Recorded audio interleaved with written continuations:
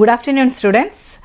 Welcome to our teleconference live program on low temperature physics and applications of low temperatures. So, I am Dr. Vijaya Ushasree, Assistant Professor, Department of Physics, Dr. BR Ambedkar Open University.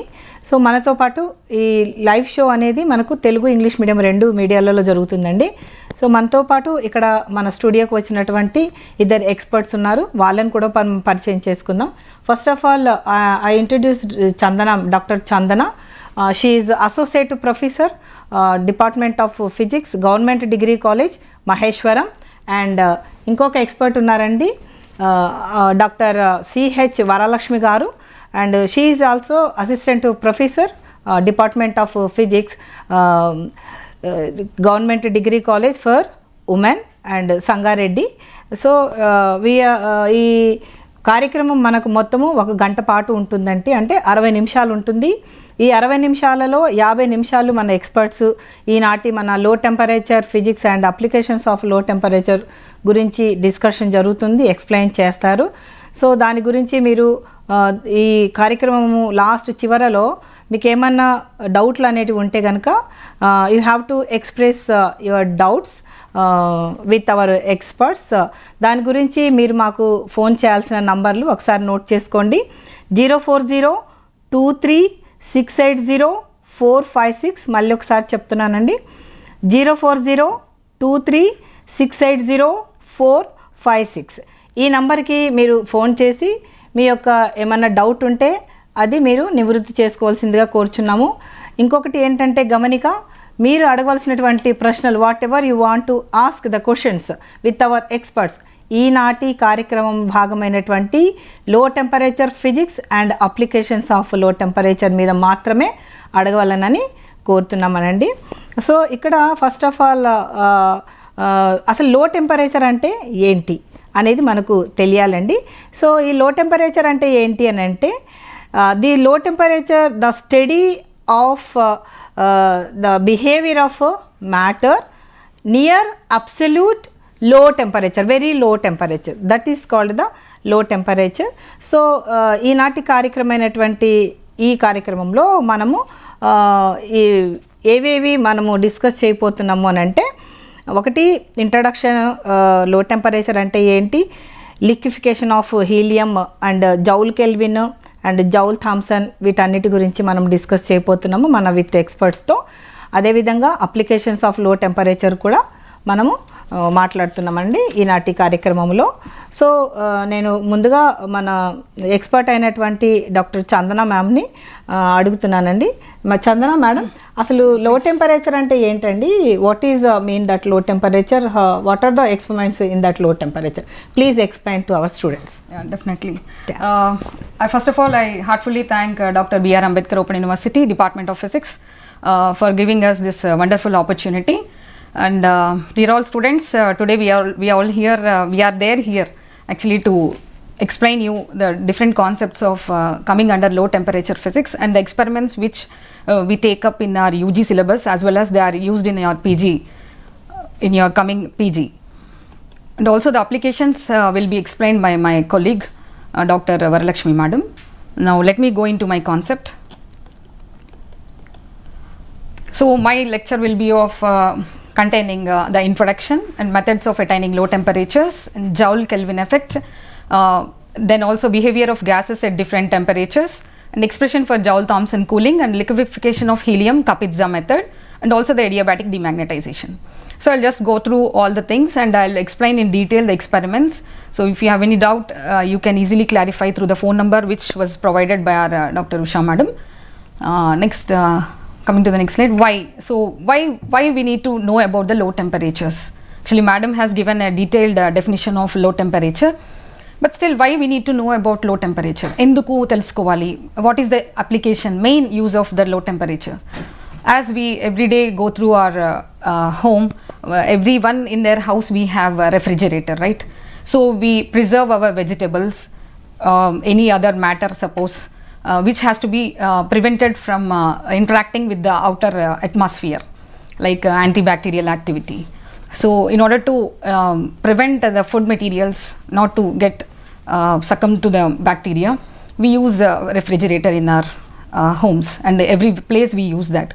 So for food safety, as you are able to visualize in the screen, for food safety purpose, preventing food spoilage and potential food poisoning, and also preservation of quality. So the quality of food will be the same. So if you preserve some other food like vegetables, the quality will remain the same for few days, right? At least for few days. So for this, achieving this purpose, we use the concept of low temperature.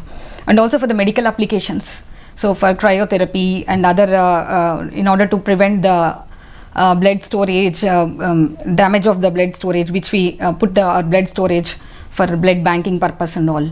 Then also for industrial applications, we have wide applications of physics in industrial applications, because superconducting materials, we use this low temperature physics, the liquid helium, where we run the magnetic levitated trains. So they are called maglevs. So all these things were comes under extreme low temperature conditions, right? So let us learn some of the processes where we attain the low temperatures. Okay, so let us go beyond that. So let me give a brief introduction. Actually, we all have the psychology, like every person, what is the low temperature you see everyday life? So everyone says that it's 0 degrees centigrade, right? Whenever you see the ice cube, so whatever, any child, any small child, what does he answer? He or she will answer, what is the lowest temperature you have experienced in your lifetime? So they say that it's an ice cube, right? So the similar fashion was there with the scientists in the previous years. Then later Fahrenheit, you know that Fahrenheit has come into the picture, and he has told that when a common salt or potassium hydroxide is mixed, then we can have some more low temperatures than 0 degrees centigrade. Okay, so he has found out the temperature to be minus 18 degrees centigrade. By common salt and ice, when we mix up, we get a lowest temperature than that of 0 degrees centigrade. Then later Fahrenheit has constructed a thermometer where the lowest temperature has reached to minus 22 degrees centigrade. Okay, then we have let me go to the methods of attaining low temperatures. So we have different methods to attain the low temperatures, but in particular the 4 primary important methods which we are going to deal today. I just want to go with a glance on that. Later we will go in the detail while I am explaining the experiments which are related to 2 of the methods which I am going to talk about. Okay, so first of all we will see the evaporation of liquids under reduced pressure. Okay, actually our ammonia, when you take the ammonia, liquid ammonia, so ammonia can be liquefied without any other temperature conditions. At any temperature, normal temperature condition, by applying pressure, high pressure, we can attain the liquid form of ammonia. But when you come to other gases like hydrogen, nitrogen, helium, oxygen, for them we need to apply pressure below some temperature, below a certain temperature. So what is the temperature called? Critical temperature. So the temperature below which, if you apply some pressure in the range belonging to that type of kind of material which we are talking about, which gas we are talking about, based on that, by applying the pressure below the critical temperature, we obtain the liquid form of oxygen or nitrogen or hydrogen. So if you can see on the screen now that ammonia for 135 degrees centigrade and sulfur dioxide 158 can be liquefied by applying pressure only. There is no condition for the temperature, but the temperature condition comes for the oxygen, nitrogen and helium and hydrogen. So you can see there clearly that hydrogen, it is liquefied only at minus 240 degrees centigrade, and helium it is at minus 268 degrees centigrade, right? Next, the second process which we see usually is cascade process. So you know what is a cascade meaning? It's a continuous repetition of the process which we do that, right? See, if I do one process and I attain a temperature of minus some 290 degrees centigrade, then again I have to go back, I have to put the gas again in the same process and attain the lowest temperature than that of minus 290. So we can achieve this by doing the series of processes. So that series of processes is called cascade process. Okay, so the lower boiling points of liquid at that position of the liquid has been taken, and it is continuously cycled so that we will attain our lowest temperature. And this process was developed by Pickett, and Cameron Owens have done the liquefaction of oxygen using this method. Okay, you can find out many so much literature is available in the web, students, so you can just browse it off and attain the knowledge of this process. Okay, next comes Joule Kelvin expansion coupled with regenerative cooling. So this Joule Kelvin expansion with this the porous plug experiment we'll explain in the coming slides. So this experiment where we have found out that hydrogen and helium gases can be liquefied at minus 240 degrees centigrade for hydrogen and helium minus 268 degrees centigrade at 1 atmospheric pressure, students. So the pressure is always has to be considered while talking about the attaining the low temperatures. Then we come for adiabatic demagnetization. So this is one of the most important concepts, methods in attaining low temperatures, because you know, the Joule-Thomson effect or Joule-Kelvin effect have failed in producing a temperature below 1 Kelvin. But later, using this process, two of the famous scientists have given this adiabatic demagnetization. So we take a paramagnetic salt or paramagnetic substance we call, which is magnetized already, and then we just demagnetize the paramagnetic salt in some pressure conditions, in a particular pressure and temperature conditions. So by that we can achieve a lowest temperature of 0.0014 Kelvin. Okay, so these are all the 4 methods which we have summarized, madam. Then you're just talking about the procedures which I need to explain. Okay, మనకు ఇప్పుడు systems 3 systems అని అంటున్నారు కదా. Actually what are that systems? First of all, we have to know about that 3 systems we have, I think so. Yeah, that so 3 can systems you discuss in thermodynamics. That system? Okay. Yeah, in thermodynamics. Okay. So dear students, actually we are talking about thermal physics, right? So thermal physics itself is a wide branch of physics where we deal everything regarding the temperature and heat energy exchange and heat energy to conversion of heat energy to mechanical work, or one vice versa, like mechanical work into heat energy. So there we particularly talk about system and surroundings. So in a particular system, a thermodynamic system, where it is an enclosure, a thermodynamic system. So systems are classified into 3 types, as madam is asking to explain them in detail. So we have 3 types of systems: a closed system, a open system, and an isolated system. Okay, so the types of the system, these 3 classifications were depending upon the exchange of matter and energy between the system and the surroundings. So we know that there is always a scope of exchange of heat energy and matter between the system and the surroundings. So based on this concept, we have broadly classified them into 3 systems. So coming up to the closed system. In a closed system, there is no chance of heat exchange, neither heat exchange nor matter between the system and the surroundings. So such type of system is called a closed system. And what then about isolated we come system? to isolated system. Okay, isolated system, we have neither heat energy nor matter. When we come to closed system, only energy is exchanged, no matter.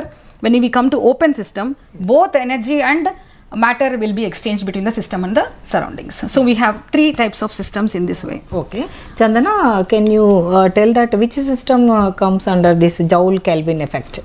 Can you explain that? Yes, madam. So now coming into the deeply into the Joule Kelvin effect and porous plug experiment. So here we have an isolated system here, where all the where the entire gas is when entire gas is going to undergo. Okay, so we have a brief diagram representing on the screen now. AB is a thermally insulated cylinder which contains a porous plug G, where you see the porous material in between G here, diagram G here, and the highest pressure is on the left hand side P1, while the right hand side the pressure is denoted as P2, where C and D are the non-conducting pistons, as you are observing on the screen now. Whenever a gas is made to pass from left hand side to the right hand side, that is the high pressure region to the low pressure region, then the change in the temperature occurs. While they are passing through the region, they are passing through what kind of material? That is a porous material. That may be a cotton or wool where it is very much supportive for the gas to pass through on. Okay, so then there is a change in temperature which happens inside this experimental system. So this kind of process is called Joule Kelvin effect. Next, the entire process can be explained by using this equipment. So you see that we have a porous plug here, which is G here. You can see here on the screen now in this diagram, the experimental setup this is. So this equipment consists of a cylinder, a cylindrical tube. You can see here this one, the cylindrical tube, it is written here. The cylindrical tube which is a non-conducting one because we need not have any conduction possible there. And there we have two platinum resistance thermometers which were designated as T1 and T2 here, and two Ds are visible here. Students, are you able to see that? So two Ds are there. So what are those Ds? They are perforated brass discs. So perforated means with some holes. Okay, so two discs which are of the shape of discs. You imagine discs means a circular shape. So two discs are kept on the porous material G. Okay, they were just tightly closing that porous material. So then you have two under right side and left side, you can see that B, they are just packing off the entire porous plug tightly. So there is no exchange of heat between the systems and the surroundings. That is the main concept to achieve that we have packed like that. So the two jackets are there on the both sides.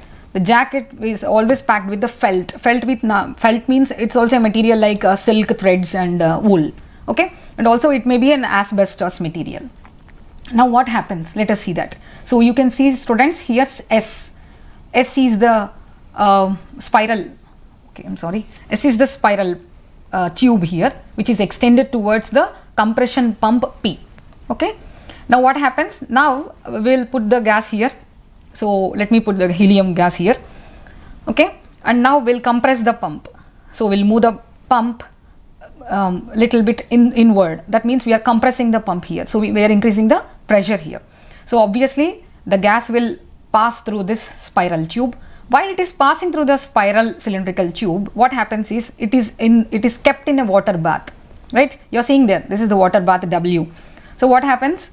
Because of the water, the temperature of the helium gas that was at this compression, which attained some temperature because of the increase in the pressure, will get reduced because of the water bath. And the pressure perugutundi kada, enduku compression cheste pressure perugutadi gas ki, expansion ante pressure tagutundi.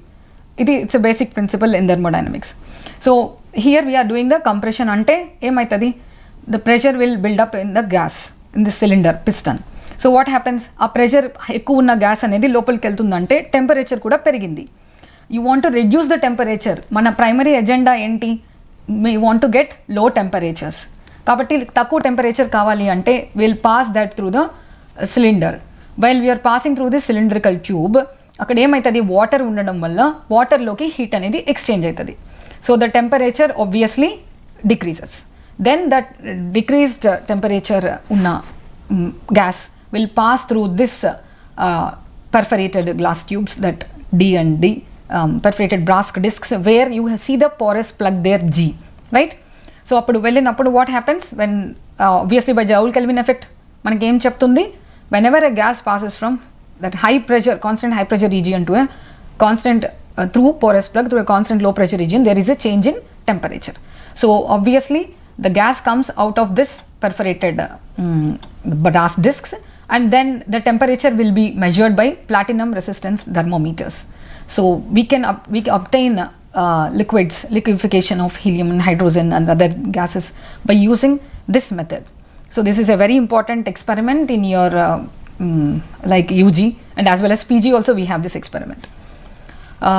The entire process which I have explained to you is given in these points.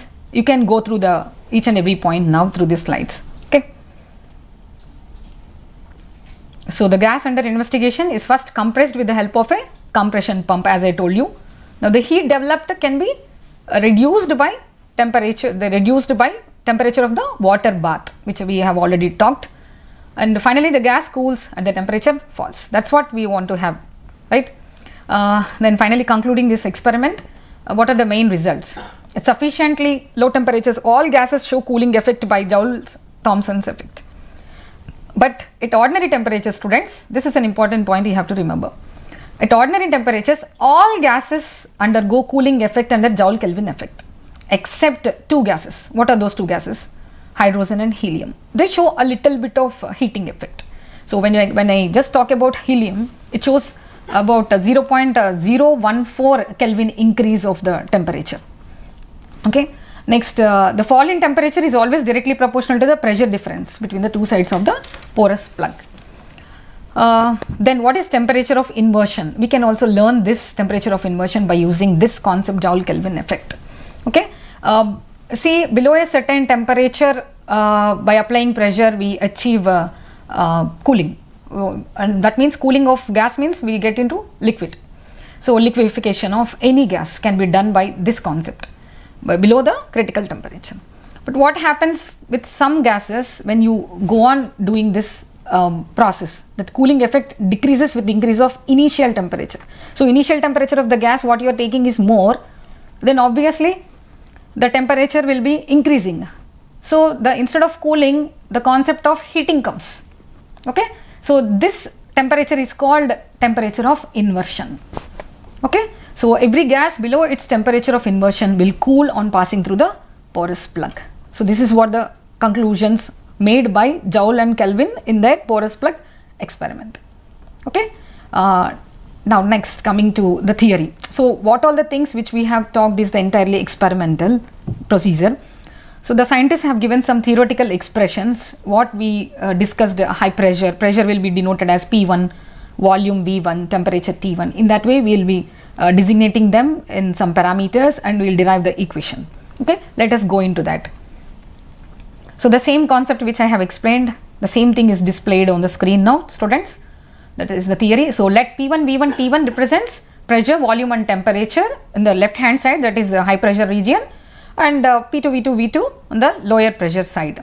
And let U1 and U2 be the internal energies of unit mass of the gas before passing and after passing through the porous plug. So U1 will be the internal energy before passing through the porous plug, and after we can see it as U2. So you all know what is the work done on the gas by the piston. So on the gas, the piston is moving from left hand side, right? So the pressure is building up. So what is the work done on the gas by the piston? By moving it, compressing it. So what is the work done? P1, V1. So PV is the work done. Now I am using them as P1 and V1 for left hand side.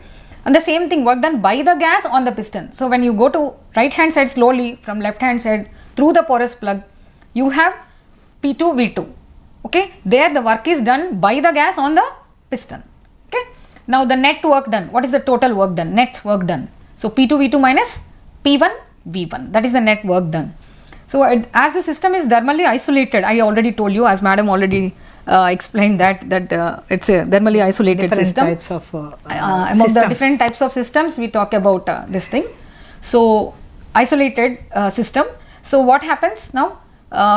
The expense of the rate of work done will be always equal to the change in internal energy of the system, because internal energy is only restricted to the system. It doesn't interact with the surroundings. So we have P2, V2 minus P1, V1 will be U1 minus U2, right? Next, by using those two equations, I just put the expressions this side and that side.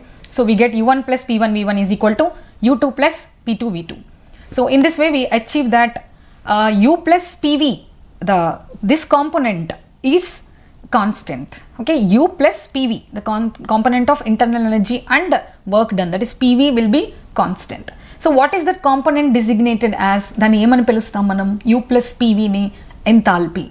So that is designated as enthalpy. Okay, so in Joule-Kelvin effect, which property will be the constant? Enthalpy will be the constant. As you all know, for isothermal process, what will be constant? Temperature. In the same way, for adiabatic process, entropy will be the constant parameter. And now here in Joule-Kelvin effect, what will be constant? Enthalpy will be constant. So now we just go into the perfect gas. So for different gases, what is the expression for Joule-Kelvin effect?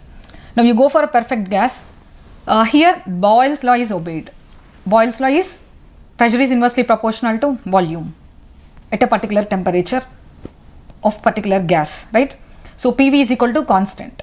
So P1 V1 is equal to P2 V2, and hence obviously U1 is equal to U2. Now the Joule Kelvin effect is 0 for a perfect gas because there is no change in temperature happening for a perfect gas when it is made to pass through our porous plug.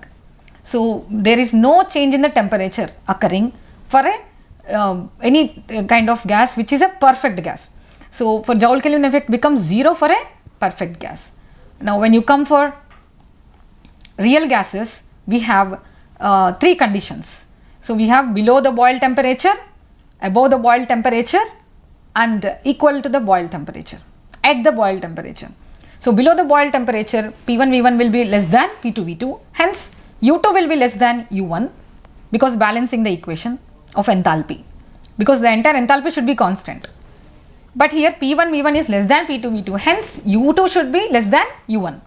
So hence the internal energy decreases, hence the temperature falls. So cooling effect is seen when the temperature, when the real gases undergo Joule Kelvin effect below the boil temperature, right? Now above the boil temperature, P1 V1 is greater than P2. That would be a vice versa for the previous one. This would be entirely reverse for the previous below the boil temperature condition. So here the heating effect occurs. Now at the boil temperature, P1 V1 will be equal to P2 V2, hence U1 will be equal to U2. Same as our real gas, perfect gas condition, when a real gas becomes a perfect gas at the boil temperature. So there will be no change in temperature, hence the Joule Kelvin effect will be 0. Okay students, clear? I hope I am very much clear on all the Joule Kelvin effect expressions and Thomson effect, right? Now the expression for Joule-Thomson cooling we have. So we have to derive the expression for cooling. How much cooling it is possible? What is the change in temperature we are obtaining after passing the gas through the porous plug? So that is the final thing we have to achieve after doing all this process. So how do you do that? Again the network is P2 V2 minus P1 V1. Then the expression you can see here. So we consider it as a van der Waals gas equation. So where we have integral V1 to V2, the system is going to expand, like V1 is the volume at left hand side and right side it is V2. So integral V1 to V2 A by V square dV. So you know what is the integration of 1 by V square? It is minus 1 by V. So A by V1 minus A by V2, when I apply the limits V1 and V2 here, applying the limits upper limit and lower limit, I get the integration A by V1 minus A by V2. So the total work done is W is P2 V2 minus P1 V1 plus this one. This is the component which it is getting added up. That is A by V1 minus A by V2. If you remember, what is the net work done when I took simple medium without considering a van der Waals gas equation? We have P2 V2 minus P1 V1. ఇప్పుడు van der Waals gas equation తీసుకున్నాక అది add చేసినాం. So ఏ component add అయింది? A by V1 minus A by V2 అనేది ఇక్కడ add అయింది చూడండి equation 1 లో. ఇప్పుడు we know that P plus A by V square into V minus B is equal to RB. So PV plus A by V, I am multiplying this V minus B component inside. So we get this expression. So finally when A by B are very small quantities, A and B are constants, right? V is the volume of the gas. So AB by V square can be neglected. So PV plus A by V minus PB is equal to RT. The same expression I have written here, excluding this AB by V square. Or we can do like this. We put PV on the left hand side and we took all the other things A by V minus P by V onto the right hand side. Next, P1 V1 is equal to RT minus A by V1 plus P1B. Similarly, P2 V2 will be RT minus A by V2 plus P2B. So I just subtracted them, P2 V2 minus P1 V1, we get this expression equation 2. Now substituting this in net work done. What is the net work done? Students, that is equation 1 I told. So there I substitute this expression. So finally we arrive at this condition. W is equal to 2 into A by V1 minus A by V2 minus B into P1 minus P2. That is third equation. We have arrived at third equation. You know again A by V1, A by V2 are very small. We can use the approximate relation like PV is equal to nRT. You know that ideal gas equation. So A by V1 is equal to P1A by RT. again A by V2, P2 A by RT, because I multiplied on both sides by A for this equation. Okay. Then we obtained this W expression as this way, P1 minus P2 into 2A by RT minus B. Okay. Now finally, what is Cp here? So when the system is thermally insulated, then the work is drawn from the internal energy. As I told again, the work is only drawn by the internal energy, because there is no chance of exchange of heat energy between system and surroundings for a isolated system. So only by change in internal energy only we can achieve the work done by the gas. Then what is the temperature fall? Minus dT, if I take it as fall, so it is minus dT. If Cp be the specific heat at constant pressure. What is specific heat? The amount of energy required to raise the temperature of a unit mass of substance by 1 degree centigrade. That is called specific heat. So specific heat at constant pressure. If this process this process occurs at constant pressure, then that specific heat is called as specific heat at constant pressure. Okay, that is designated as Cp. C a suffix P. So if Cp be the specific heat at constant pressure, then the amount of heat supplied to again restore the entire thing will be, what is that? Minus Cp dt calories. Okay. Now what is and in joules, minus Cp dt joule. Hence minus Cp dt joule is equal to, again I just substitute here, instead of W we are putting minus Cp dt. So Cp, it comes to the right side, cross multiply, I got dt is equal to this equation, fifth equation. Now from fifth equation we just come to three conclusions. So if 2A by RT minus B is positive, that is if T is less than 2A by RB, then dt will be negative, then the gas will be cooled. If 2A by RT minus B is negative, the opposite thing happens, the gas will be heated. And if 2A by RT is equal to B, there will be nothing in the system. That means there is no change in the temperature in the system. So cooling, heating, and there is no change in the system. So this temperature at which there is no change in the system is happening, the gas doesn't cool, or neither cooling nor heating. Such process at what temperature does it happen? So that is inversion temperature, Ti is equal to 2A by RB. Okay, so this is the inversion temperature. So now I request our madam, Usha madam, like, is it okay for you? Yeah, giving good explanation, Chandana. Next to go ahead. Now I have to take now I am welcoming in this discussion Dr. Varalakshmi madam. Can you, we have so many wide range of applications in low temperature. So can you explain about these applications of low temperature, ma'am? Yes, ma'am. First of all, let me thank you for giving me this opportunity, to you and Dr. B.R. Ambedkar Open University as well. As my colleague Chandana has already discussed, some of the applications of low temperature physics were already given. So apart from that, what are the regular applications and what are the other components are left out, I am going to discuss. So these are the objectives briefly. Thermodynamics of a refrigerator and the cycle of operation. Then what should be the definition of a refrigerator, and what is the effect of stratosphere while using the refrigerants, and the effect of chlorofluorocarbons on the ozone layer, and what is Bose-Einstein condensate. Okay, these are the components we are broadly, and apart from that, there are certain broad applications apart from what Chandana madam has discussed earlier. So some of the applications are shown here. One is the cryogenic labs for biological and medical applications. As you all know, in every hospital we use liquid oxygen. So oxygen has to be, means oxygen cylinders will have oxygen in liquid form. So we have to reduce the temperature in order to liquefy the gas. That is one of the application. And then another broad application is cryogenic calorimetric work to produce high standard of vacuum the high standard of vacuum means the pressure should be around 10 to the power of minus 7 millimeters of mercury. And then the most well known application was refrigeration and air condition. We use for domestic and industrial purposes as well. And finally, in the production of liquid hydrogen, liquid helium and oxygen that are used as fuel for the rockets as well in military and ballistic missiles.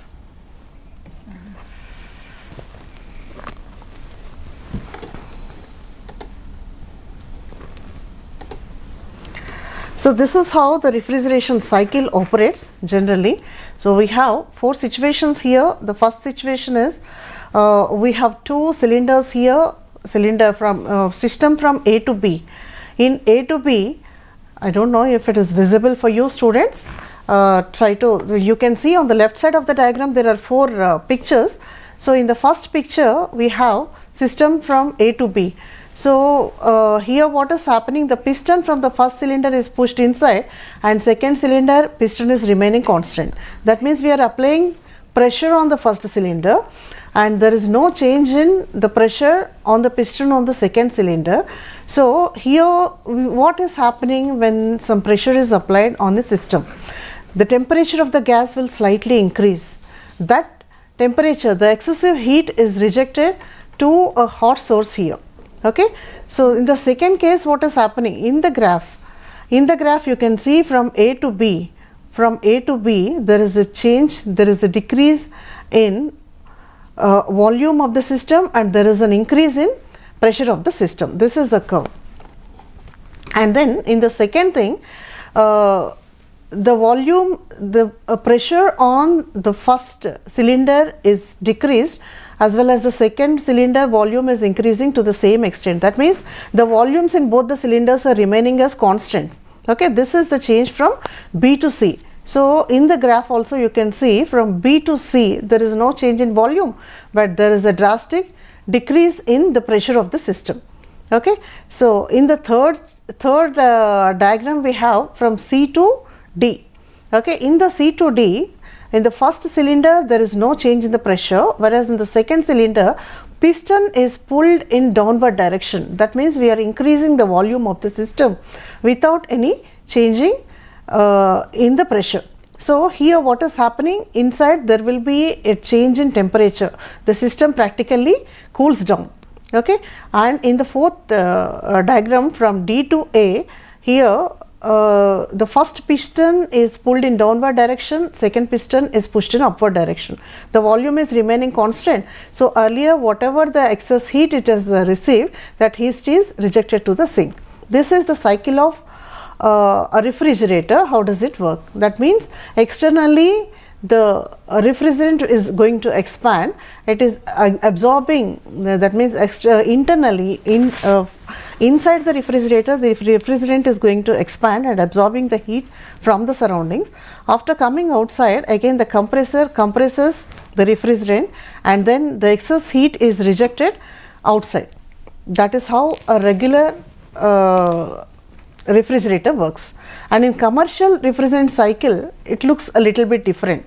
Okay, so the process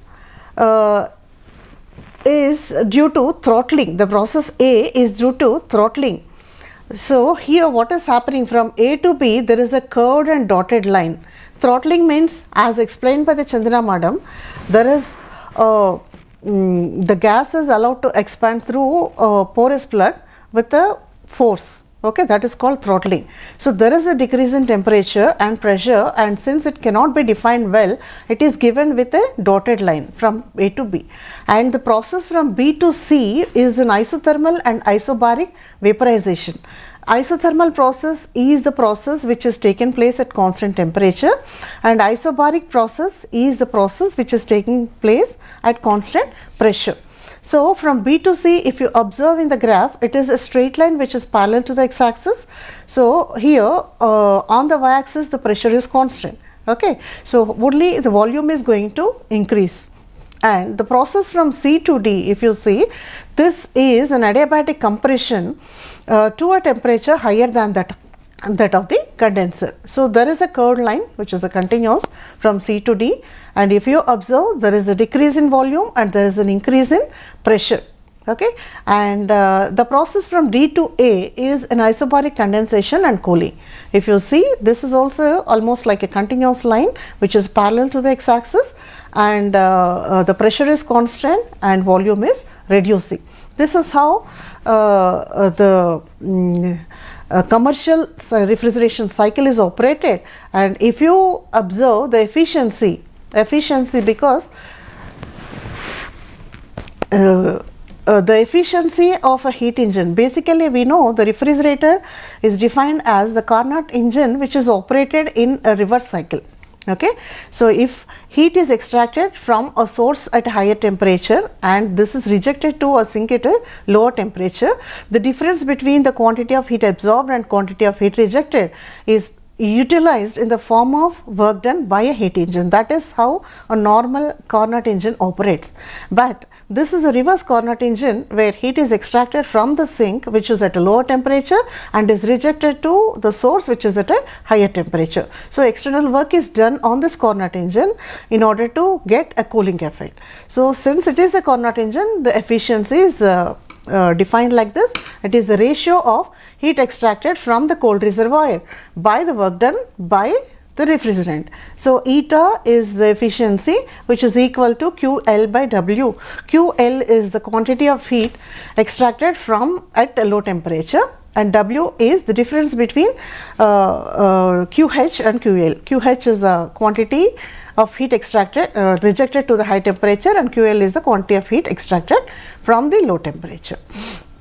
And then we have another type of refrigeration that is called vapor compressor type of a refrigerator. So here we have, there are two valves V1 and V2 on the diagram at the pump P. Okay, the pump P is connected to both the valves V1 and V2, and V1 is connected to the right side part of the system. This is called the evaporator, and V2 is connected to the left side of the part which is called the condenser. Okay, so basically what is happening when the valve V1 is only this is used to suck for the suction of the low pressure vapor from the evaporator, and the valve V2 is for the discharge of compressed vapor into the condenser C. Okay, the condenser is cooled by circulating cold water, and the vapor liquefies due to high pressure and lowering the temperature. So the liquid refrigerant passes through the throttling expansion needle valve or the regulator valve which is shown at N in the picture. So due to the low pressure, the liquid evaporates into the evaporator E, extracting its latent heat from the cold storage space surrounding E. The low pressure vapor is sucked in again by the compressor to continue the operation again and again. So this is done with the several cycles. Always heat is absorbed at the evaporator and heat is rejected at the condenser. Okay, so like that the refrigeration process will carry on. So what should be the characteristics of the refrigerant what we are using? Okay, the latent heat of vaporization should be very large. As you all know, latent heat is the quantity of heat absorbed by a substance only to change the state from either from solid to liquid or liquid to vapor without any change in its temperature. So latent heat of vaporization means the quantity of heat absorbed by unit mass of substance to change its state from liquid to vapor without any change in its temperature. That means practically the substance will be at its boiling point. The second condition is the refrigerant should be vapor at NTP. NTP means normal temperature and pressure, but should easily be liquefied when compressed and cooled. The third characteristic is the pressure on the refrigerant in the evaporator should be higher than the atmospheric pressure at -15 degrees centigrade, so that the impurities of air should not block the passage. Then the pressure of the refrigerant in the condenser section should be moderate so that there shall be no leakage. The specific volume of the vapor of refrigerant should be small in order to have the condenser size small. And mostly used refrigerants are ammonia, sulfur dioxide and chlorofluorocarbon. This is called chlorofluoromethane. You know, methane means CH4 instead of 4 hydrogens. 2 chlorines and 2 fluorines are substituted. The common usual name for this is freon. These are the regularly mostly used refrigerants. Then what should be the effect of chlorofluorocarbons on stratosphere zone? What is the stratosphere? Here is a brief introduction about the layers of Earth's atmosphere. So we know we have a thick blanket of air around the Earth. So up to 12 kilometers from the surface of the Earth, whatever the layer is there, this is called troposphere. And the temperature of the troposphere is from 15 degrees centigrade to minus 50 degrees centigrade, and the gases present in this troposphere are nitrogen, oxygen, hydrogen, carbon dioxide and ozone. Okay, and then after troposphere from 13 kilometers to 50 kilometers range we have stratosphere, and the temperature of the stratosphere is 0 degrees centigrade to minus 60 degrees centigrade. So here ozone is the chief ingredient along with the other gases, but with a low density. Then above this we have mesosphere at an altitude ranging from 50 to 85 kilometers, and the temperature ranges from 0 degrees centigrade to minus 85 degrees centigrade, and oxygen and nitrogen oxide gases will be present in this.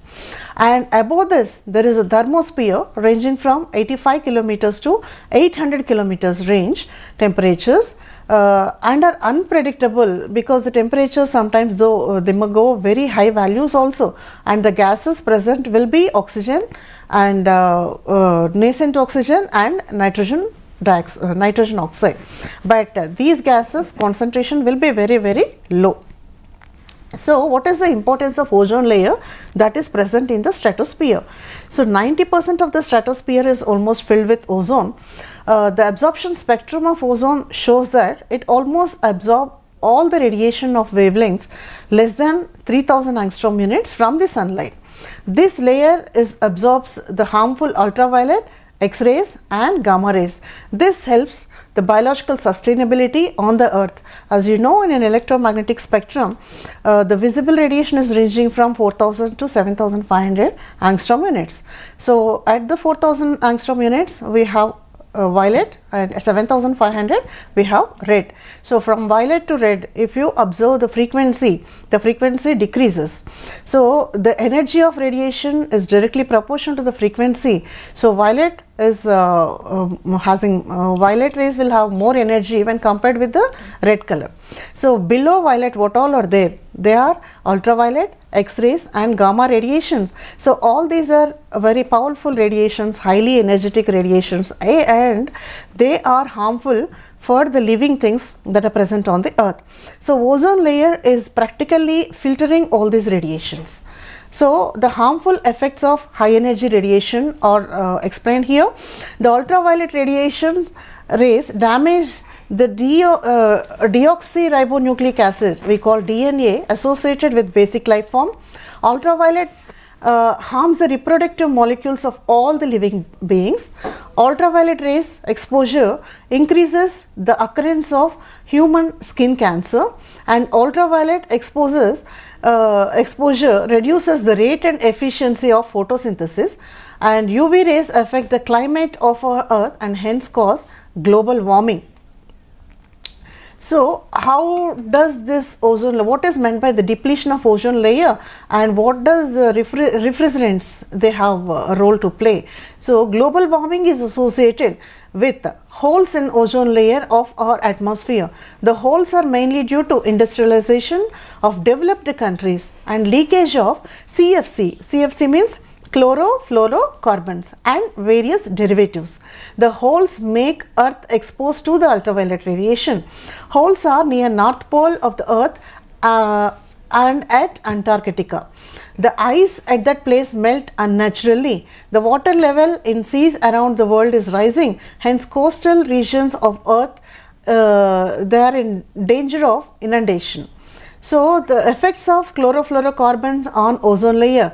As we know, ammonia and sulfur dioxide were the refrigerants in the earlier parts of 20th century, that is in the year 1928 until the invention of CFCs. The evaporation of CFC is around minus 23 degrees centigrade. So the efficiency of chlorofluorocarbons is around 60%, which is more than the earlier refrigerants. That means earlier the ammonia and sulfur dioxide, their efficiency used to be 45%, but the efficiency of CFCs is 60%. That's why this is the most sought refrigerant industrially. And CFCs have good conversion from liquid to gas and then back from gas to liquid also. These substances are also used as solvents in electronics industry. CFCs are used as foam blowing agents in fire extinguishers. They are propellants in aerosol industry in for asthma patients. Along with freon, carbon tetrachloride and along with freon, we have halogens and some carbon tetrachloride or some of the gases, they leak into the atmosphere and they cause danger to the layer, ozone layer. Such materials are called ozone depleting substances, ODS. Okay, so 26% of ODS, ozone depleting substances, are used as refrigerants. 25% of ODS are used as foam blowing agents in fire extinguishers, 26% are used in aerosols as solvents, and the remaining 7% are used in other applications. The ultraviolet radiation falling on CCIF release chlorine. So, chlorofluorocarbons, this is they are releasing chlorine. The chlorine atom reacts with the ozone, produces ClO and oxygen molecule. The reaction is given below. CCl2F2, upon exposure with the ultraviolet radiation, it is releasing single chlorine atom. This chlorine atom will react with ozone and it is making the products as ClO plus oxygen. So once the chlorine atom, a single chlorine atom is formed, it is left in the atmosphere, it survives for a very long time, that is from 20 to 100 years. So if a single chlorine atom is remaining in ozone molecule, this has an ability to break the ozone. So in 1990, 1000 tons of ozone depleting products were identified on the earth. A big hole like thing was observed at Antarctica region and in the layers of ozone. So this made governments of all the countries in the world to be alert in this matter and take decisions to stop reducing ODS materials, ozone depleting substance materials. By 2010, the ODS materials are found to be 50 tons. So there is a notable reduction of this ozone depleting materials. Okay, and there is a Bose-Einstein condensate. So this is another form of matter. So Bose-Einstein condensate is a new state of matter essentially associated with a very low temperatures of about 1 milli or micro degree Kelvin.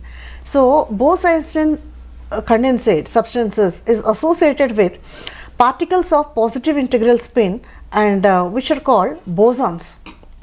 So here we have all the fundamental particles divided into two categories. They are fermions and bosons depending upon their spin. So bosons are the particles which are called which are having integral spins like 0, there's 1, 2, 3, etc. And fermions are the fundamental particles with half integral spins like 3, 1 by 2, 3 by 2, 5 by 2, etc.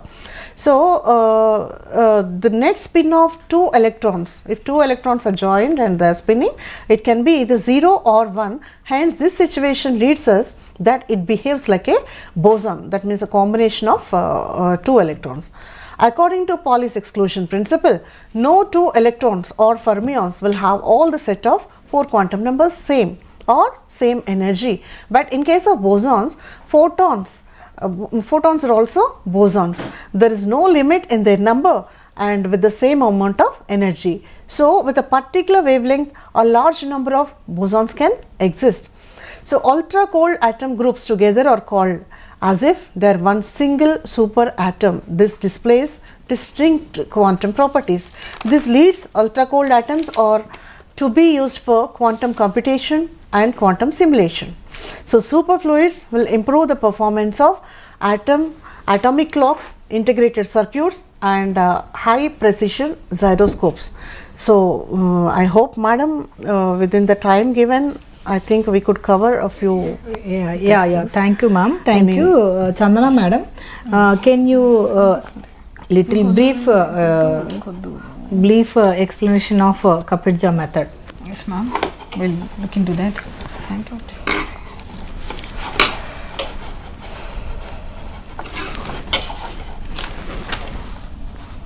Just wait meanwhile.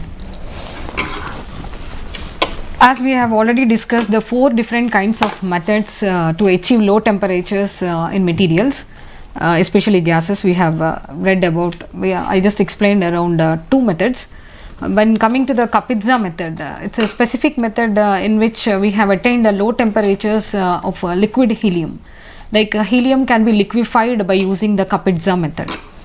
So when we just look at the equipment and the apparatus which we have designed for the Kapitza method. So there we pass on the helium which is in a dry state with a pressure at 30 atmosphere through a condenser, Brief discussion. through a compressor, and then finally we will go to the water bath. So the temperature of the gas will be reduced when it is passed through the water bath, W. Then we will pass the gas through liquid nitrogen. Liquid nitrogen. Here. Pine. Yes. So now you can see the students. Now you can see the Kapitza liquefier on the screen. So the helium, which is a gas at 30 atmospheric pressure, which is in dry state, is passed through the liquid. Brief discussion. Passed through this piston, and the compressor is there here with P as a piston here. Now the compressed gas is passed through the water because as I already told you, the compression increases the temperature of the gas. Then while the gas is passed through the water, the increased temperature will be again coming into the back, the reduced temperature. Now that gas is passed through the liquid nitrogen bath, which is at minus 208 degrees centigrade. Now here at this point A, the gas gets splitted into 2 parts. Okay, one part that is passed through the heat exchanger here, and the other part will be passed through the expansion engine, right? Okay. That expansion engine works under adiabatic process, adiabatic expansion. So here in adiabatic expansion, the gas reaches to minus 263 degrees centigrade. That's a very good lowest temperature we can achieve using this Kapitza method. Yeah. Now this 263 degrees centigrade gas will be passed, and again we will reach at minus 268 degrees centigrade. So this is the method, madam. We can obtain the liquid helium. Thank you, Chandana. Thank you. As we conclude these teleconference sessions, thank you very much on low temperature and applications of low temperature. First of all, I would express my gratitude to our experts, Chandana ma'am and Varalakshmi madam, for sharing their knowledge. Chandana madam and Varalakshmi once again. Okay. Thank you very much. Thank you so much. Thank you so much. Thank you.